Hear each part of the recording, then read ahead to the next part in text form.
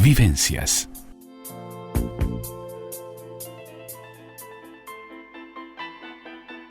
El todo y sus partes. La columna de Carmen Molinas Bonilla en Vivencias. Ya estamos con Carmen Molinas Bonilla en el todo y sus partes para hoy. Hablar de François-Eugène Vidocq, un hombre que pasó de delincuente a policía, un policía adelantado para su tiempo, que tuvo también influencia en la literatura, una historia apasionante que comienza con el robo del collar de la emperatriz Josefina, esposa de Napoleón Bonaparte, que se convirtió en un caso de razón de Estado. Muy buenas tardes, Carmen, muy bienvenida. Buenas tardes para ti, para la audiencia, Andreita, para tu equipo, en este día tan lindo. Tan primaveral, sí. Estábamos justamente diciendo esto con nuestro compañero Alejandro Barreto, que es un día, y los compañeros acá en la radio, precioso. Sí, sí, muy lindo, muy soleado, casi veraniego, ¿no? Sí, sí, y que da alegría, ¿no? Sí, es cierto, da energía. Además. Y energía. Y hoy traes un tema apasionante, porque desconocía, yo realmente, este hombre no lo conocía, pero es apasionante su historia. No, pero mira, la vida de él inclusive es apasionante, sí, porque nosotros no tenemos tiempo, tal vez si hoy nos alcanza, nos adentremos un poquito, pero si no, tal vez sería bueno en otro programa seguir con Vidocq, Monsieur Vidocq. Monsieur Vidocq. Vamos a empezar ¿Cómo fue que llega este hombre de ser uno de los ladrones más importantes de Francia a convertirse en un gran policía? Sí, como tú bien dijiste al inicio, todo se debió a un hecho fortuito, ¿no? Sí. Que fue el robo del collar de esmeraldas de gran valor de la emperatriz Josefina. Ellos, Napoleón Bonaparte le había regalado ese collar.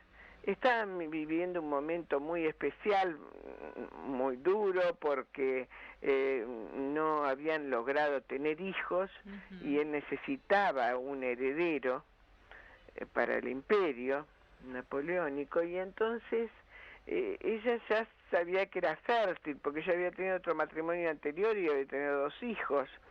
Y Napoleón a su vez había tenido un hijo con la condesa polaca María Waleska, y en algunos lugares dice Waleski, pero los polacos a las mujeres, igual que los rusos, el final cambian por A si son mujeres, así que en vez de Waleski, ella era Waleska.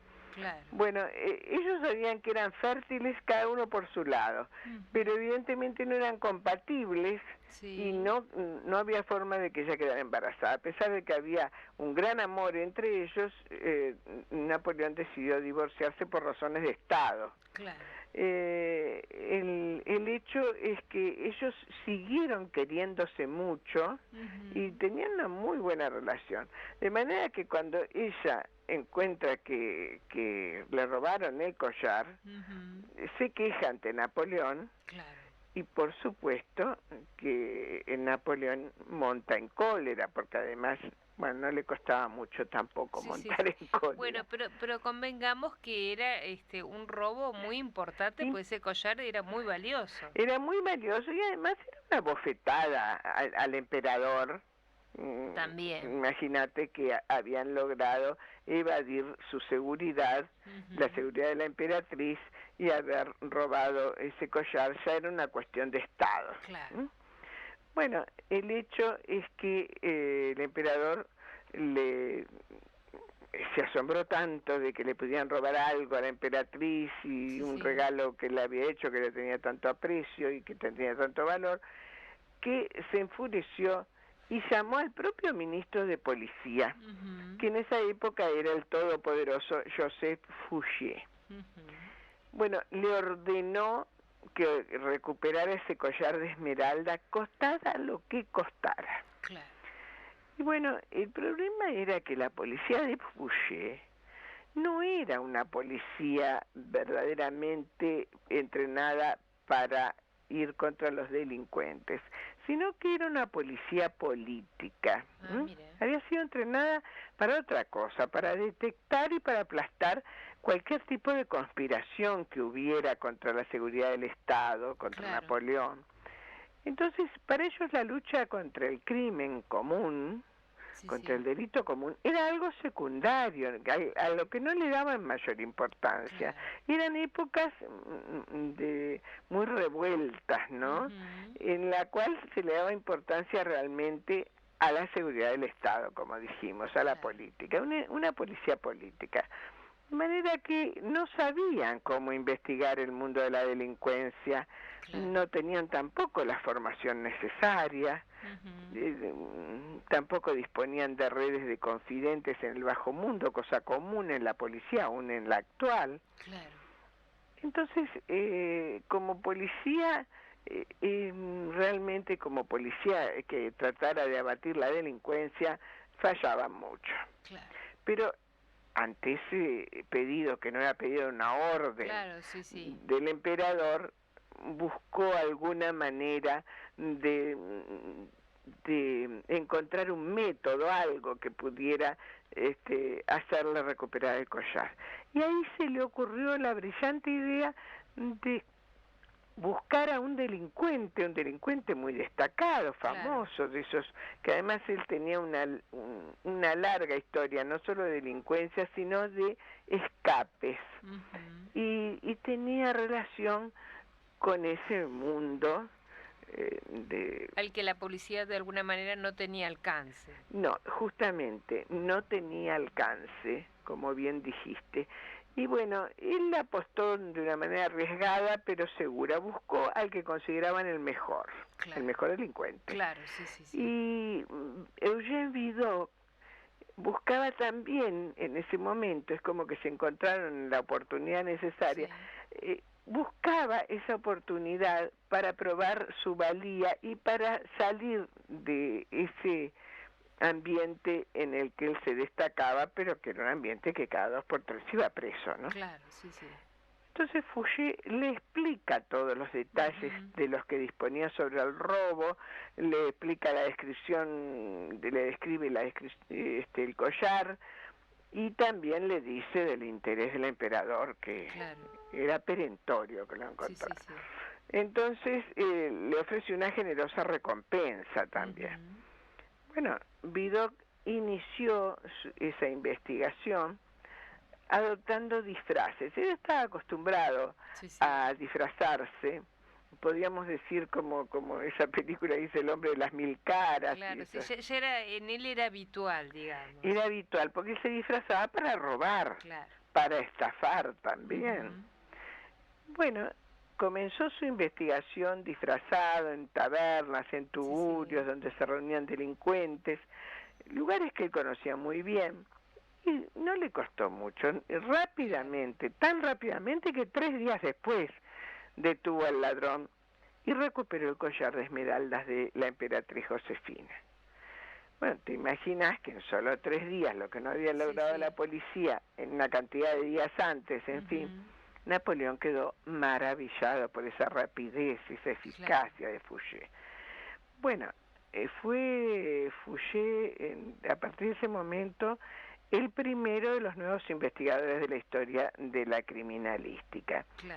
Porque a pesar de que hasta pocos meses antes François-Eugène Vidocq había sido uno de los delincuentes más temidos y más buscados de Francia, también era muy popular entre el público.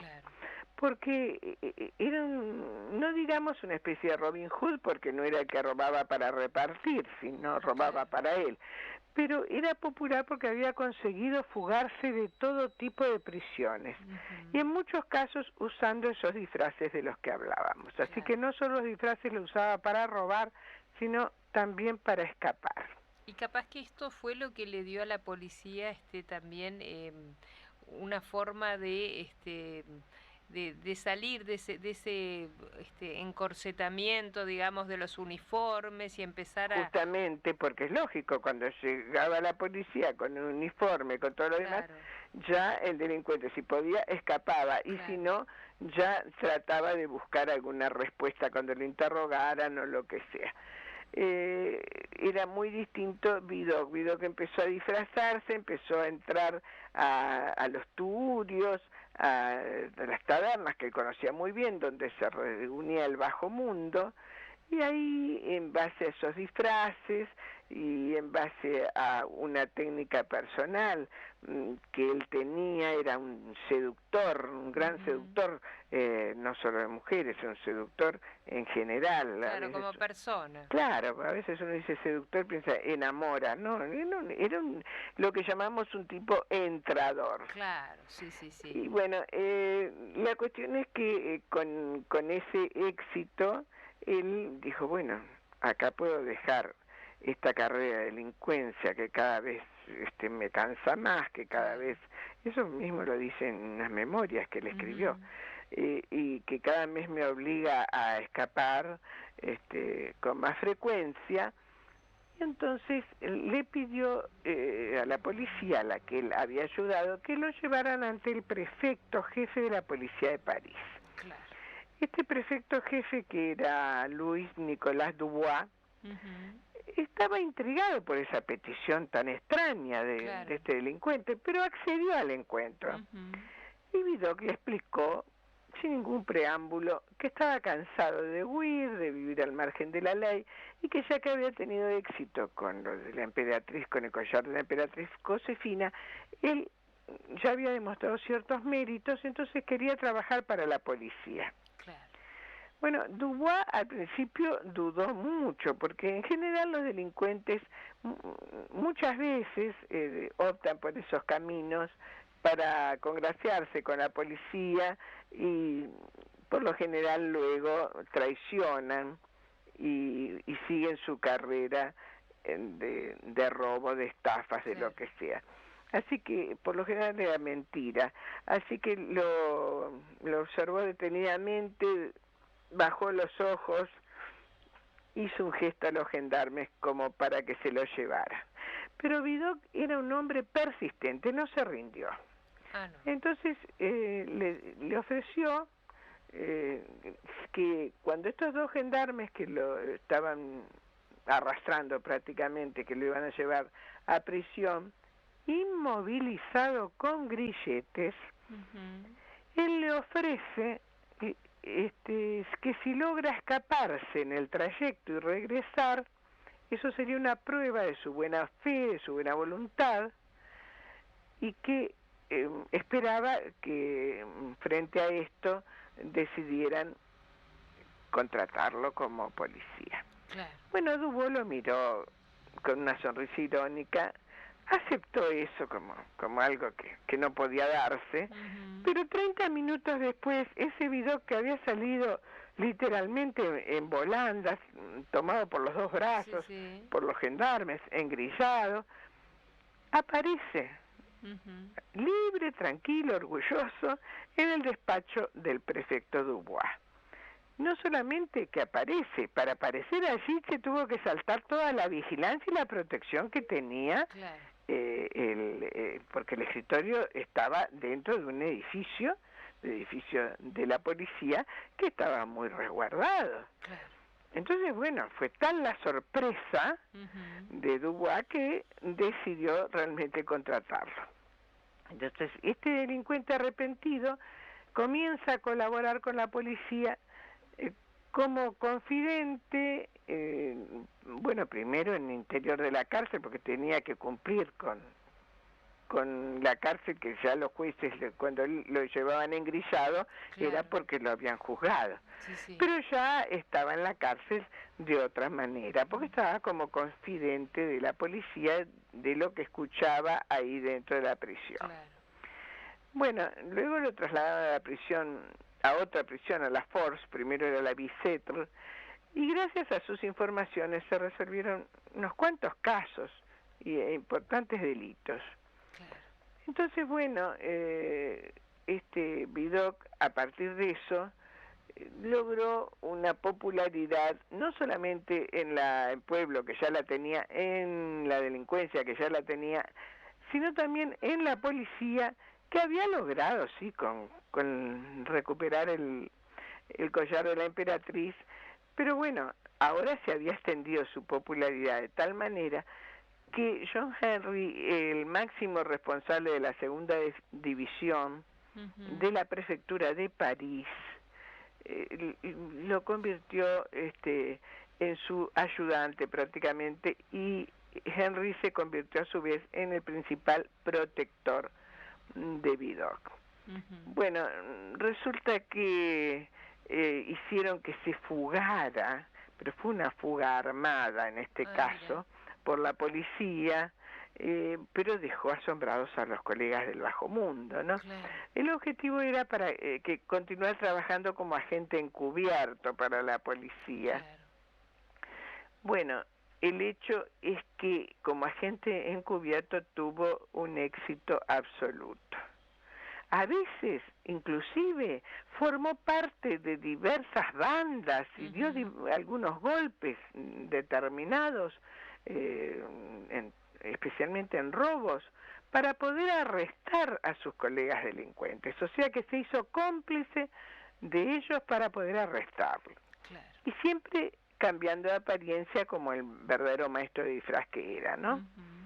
Bueno, tantos delincuentes fueron detenidos y tan grande fue el número de casos solventados, resueltos como nunca se había resuelto antes, que ya con unos años haciendo este trabajo, Vidocq le propuso a Henry un experimento que era revolucionario para el momento. A ver, ¿qué les propuso?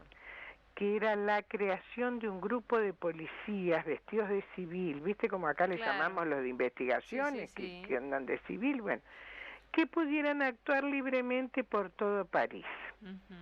Porque claro, como ya dijimos al principio, hasta entonces los policías siempre iban uniformados, entonces eran detectados con mucha facilidad por los delincuentes.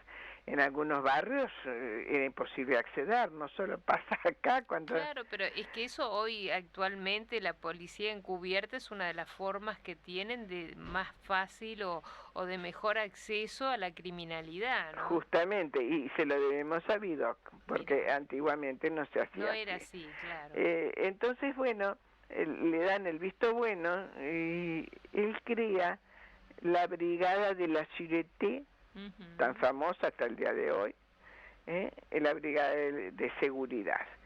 Y comenzó a funcionar bajo el mando de Vidocq, con solo 4 hombres. Mira.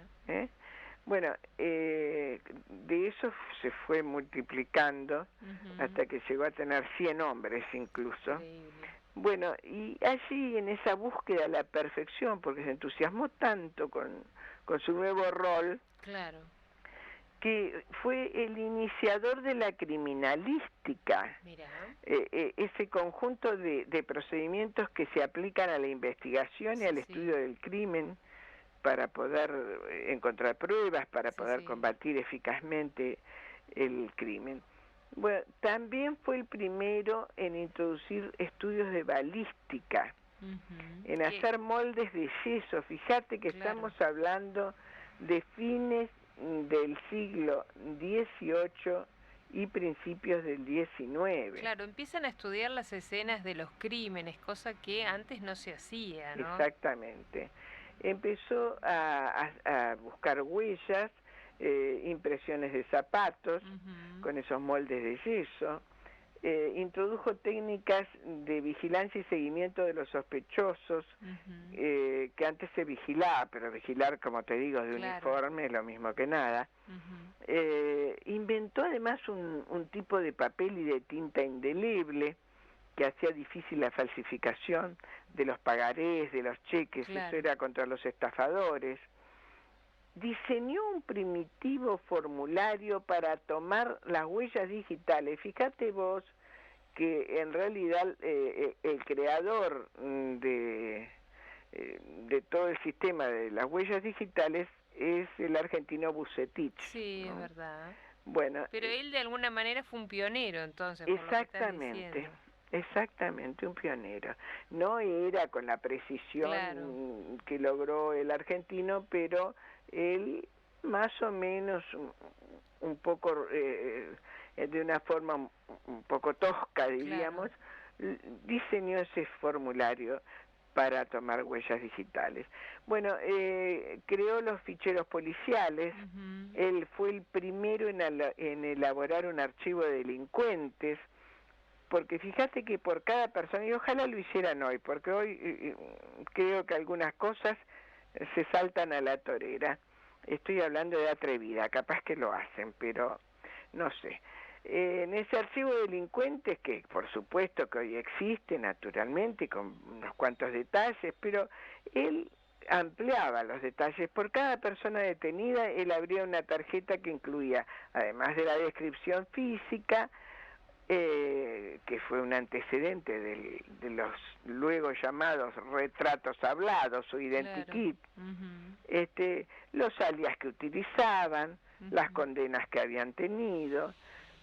Pero una cosa muy interesante que agregó, que era el modus operandi. Claro. Porque por lo general los delincuentes tienen un modo de operación que se repite, ¿no? Bueno, ni hablar de los asesinos en serie, que ellos tienen un modus operandi casi exacto, porque tienen que cumplir con determinados rituales que les exige esa mente loca que tienen, ¿no? Bueno, y también agregaba cualquier otra información que considerara relevante, pero a tal punto que hasta la marca de cigarrillos. Claro. Bueno, llegaba a guardar una cajita de fósforos que había usado el delincuente, a ver si esa cajita de fósforos era común, provenía de un lado, provenía del otro, si la usaba siempre. Bueno, también incluía pruebas caligráficas del detenido. Claro. Mirá cómo le hubiera servido al pobre Dreyfus. Cuando hablábamos del caso Dreyfus, nosotros hace un tiempito. Bueno, el hecho es que esta metodología fue después adoptada por los policías de todo el mundo, porque fue tan destacado que toda la policías de carrera, mucho, porque ya después había escuelas de policía, pero el que mejor inventó determinados sistemas fue este delincuente, ex delincuente Vidocq. Bueno, cuando decimos... Fue un policía, de acuerdo a todo lo que estás diciendo, ya convertido en policía, adelantado en su tiempo. Muy adelantado, y abriendo camino a la investigación, ¿no? Cuando los estudios de balística prácticamente no existían, él también fue un precursor, porque uno de los casos más recordados fue el asesinato de una condesa, Isabel Darcy, que tenía un amante mucho más joven que su marido. Claro, el principal sospechoso fue el marido, porque era un señor mayor que había sido deshonrado para la época, ¿no? Pero Vidocq se convenció de que, porque era un poco psicólogo también, de que el viejo conde no tenía el perfil de un asesino. Entonces examinó las pistolas que poseía el conde, que eran armas para duelo, algo que era muy común en aquella época, y una de esas armas la policía asumía que había sido utilizada en el crimen. Pero Vidocq, como jefe de la Sûreté, examinó las dos pistolas y comprobó que ninguna de ellas había sido disparada en forma reciente. Entonces le pidió a un médico que extrajera en secreto la bala de la cabeza de la condesa. ¿Y por qué te digo en secreto? Mira qué importante. Porque como era la cabeza de una noble, las autopsias forenses todavía no estaban permitidas. No estaban permitidas. Si se permitían. Bueno, no estaban protocolizadas tampoco, así que no se sabía, se hacía de cualquier manera. Él la comparó a ojo, porque no era un científico, con las que utilizaban las 2 pistolas del Conde, y ahí comprobó que la bala mortal era de un calibre mucho mayor. Entonces centró toda su atención en el amante, registró el piso del amante y ahí encontró una pistola de ese calibre, de la bala que había matado a la condesa. Y allí encontró también un gran número de joyas. De aquí que comprobó que el amante la había matado para robarles. Claro. Bueno, el hecho es que logró la confesión del asesinato. Y estamos medio cercanos a... Estamos ya en el final, Carmen. No sé, yo creo que te queda bastante para hablar. Si querés, lo continuamos en la próxima. Yo creo que sí, porque además me gustaría hablar de la vida del antes de todo esto, que fue una vida que no se inició directamente en la delincuencia. Bueno, es muy interesante y además después también tenemos para seguir lo que influyó esta vida de él en la literatura, porque tuvo una gran influencia. Una enorme influencia en la literatura y en la gran literatura, ¿no? Claro, porque hablamos de Honorato Balzac, hablamos de Víctor Hugo, en fin. Así que lo dejamos para la próxima. Claro, porque así lo podés hablar tranquila, porque ya estamos pasados unos minutos. Muchísimas gracias, como todos los miércoles, un placer. Nos reencontramos el próximo miércoles. Vivencias.